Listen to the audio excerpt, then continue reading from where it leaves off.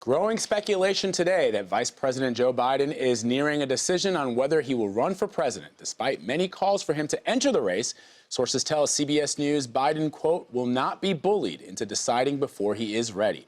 CBS News Congressional Correspondent Nancy Cordes joins us from Washington. Hi, Nancy. Hey, Vlad. Good to see you. So some people are reporting that his announcement is imminent, and others are saying that's simply not the case. What are you hearing? Well, the reality here is, Vlad, is that there are a lot of people here in Washington and even outside the Beltway who have a vested interest in either Joe Biden getting in or at least knowing whether he's getting in. The Clinton campaign, for example, would really like to know whether they've got to change their strategy to include going after Joe Biden. Democrats at large in the party are hoping that their field will be set sometime soon, and so they'd really like to know what he's going to do. And then there's this whole host of people out there who are part of the draft Biden movement who'd love to work on a Joe Biden campaign, so they're looking for any sign that they can find that he is getting into the race. When you put that all together, what you have is a lot of speculation, and some people saying, I'm hearing he's getting in 48 hours.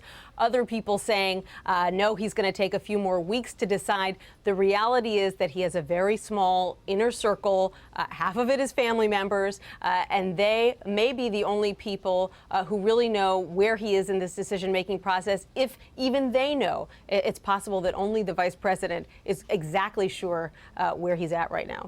Nancy, could the speculation impact his decision and force him to decide sooner than he intended?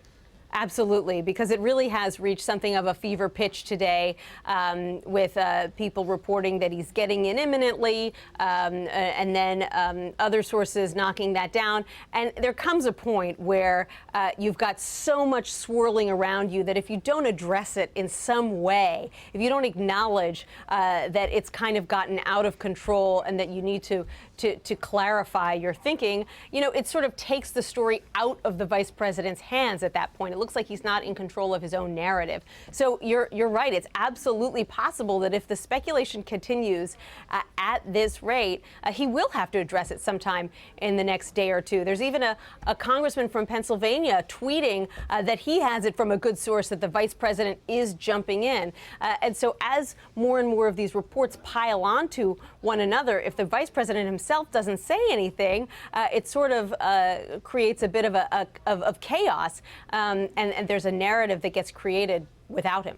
You know, Nancy, most people who are watching this race know that the vice president has said that, and people around him, I should say, have said that he is thinking long and hard about how this decision, should he decide to run for president, will impact his family. The latest poll numbers out right now show that he is still in third place behind Bernie Sanders. Is that also weighing in on his decision? Do you know? I'm sure that it has an impact on him because what I've been told from people close to him is that he really believes that he only wants to put his family through a race like this if he feels that he has a clear path to the nomination.